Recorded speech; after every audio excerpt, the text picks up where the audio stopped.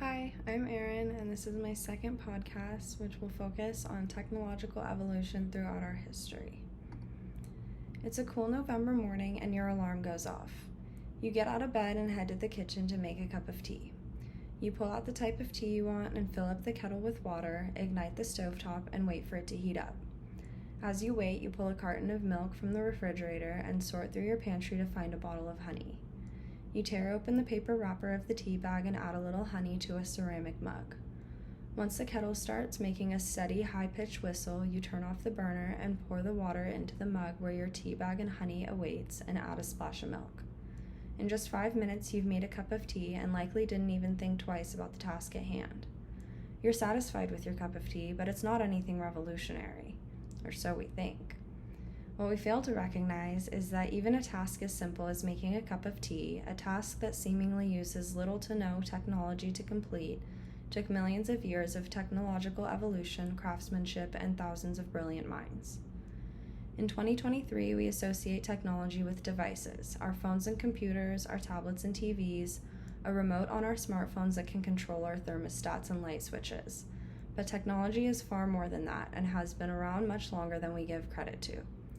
Making a simple cup of tea today is the result of millions of years of cause and effect taking place all over the world, and each aspect of making a cup of tea can be traced back to an artifact that we learned about in this week's module. From the paper wrapper encasing the tea bag to the ceramic mug we drink out of and everything in between. Today's podcast is going to explore the extraordinary evolution of the tools and artifacts that allow us to do simple tasks today with little to no effort. The Olduvai hand axe dates back to 1.2 million years ago in Tanzania and had multiple uses including cutting trees and scraping bark. While these uses of the hand axe have obvious connections to our tea example, harvesting leaves and bark to be boiled and consumed, the grinding up of the leaves wouldn't have been possible until roughly 8,000 years ago when the mortar and pestle were introduced in New Guinea. The leaves couldn't have been boiled in water for consumption until 7,000 years ago when the world's first pottery was invented in Japan. The early writing tablet, which dates back to 5,000 years ago in Mesopotamia, was the first form of written communication, originally used for documentation and governing large bodies of people, evolved into the most impactful piece of our history as we know it. While written communication is the very reason we have been able to construct incredible pieces of technology like the space shuttle, it also allows us to label our food and tea bag wrappers. While each of these objects played an important and complex roles in the evolution of technology, they also played an important role in the creation of one another.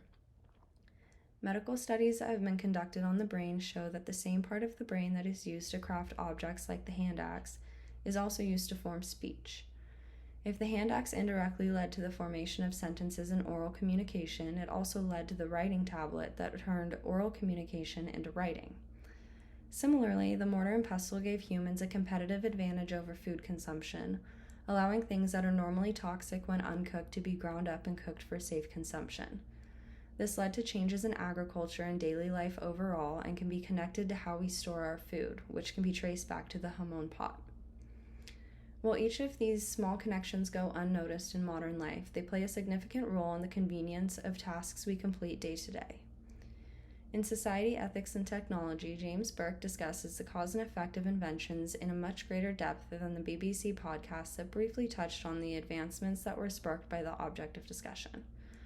Without going too far into the explicit details of each and every moment that took place, starting at the discovery of the vacuum and ending at the creation of the space shuttle, we'll briefly explore a few of the modern inventions that James Burke highlights in Something from Nothing that led up to that point and how our simple cup of tea can be traced back to them in some way.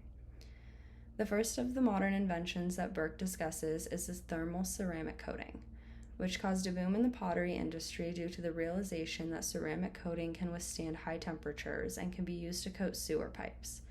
This eventually led to ceramic kitchen sinks and china. The same ceramic coating can be found on mugs and other dishware items we find in our kitchen today.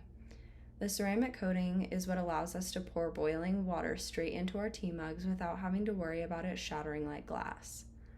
The discovery of ceramic technology also played a role in the creation of the space shuttle. Covering the shuttle in ceramic tiles allowed it to withstand the extreme temperatures when entering and exiting the atmosphere. The second invention Burke highlights is the gyroscope. While this navigation tool isn't directly related to our cup of tea, what led to the gyroscope is.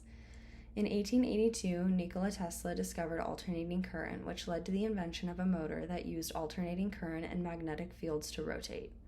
This motor was used to create the gyroscope, which was what allowed the space shuttle to navigate into outer space. An incredible feat, no doubt, but the same alternating current technology can be found in our home appliances. Refrigerators that keep our milk cold are powered with motors using alternating currents, and electric stoves use alternating currents to heat our water kettles. Lastly, the invention of the fuel cell, or what we know as batteries, was created by Galvani Volta and his trial and error with electric current in frogs. The fuel cell was later used to power onboard instruments of the space shuttle, and while we might not directly use batteries when making a cup of tea, we do use batteries in our phones that can be used as alarms that wake us up in the morning, which prompt us to get out of bed and make our morning beverages. Maybe the fuel cell contributing to our tea example is a bit of a stretch, but you get the point. The very same technologies that contributed to one of the most incredible feats in our history, space travel, are also used in our daily lives in ways that we don't even realize. While daily life can seem pretty mundane at times, and a cup of tea seems pretty ordinary, it's incredible to look at it from the perspective that the same technological advancements it took to build the space shuttle are the same technological advancements we use to make a cup of tea.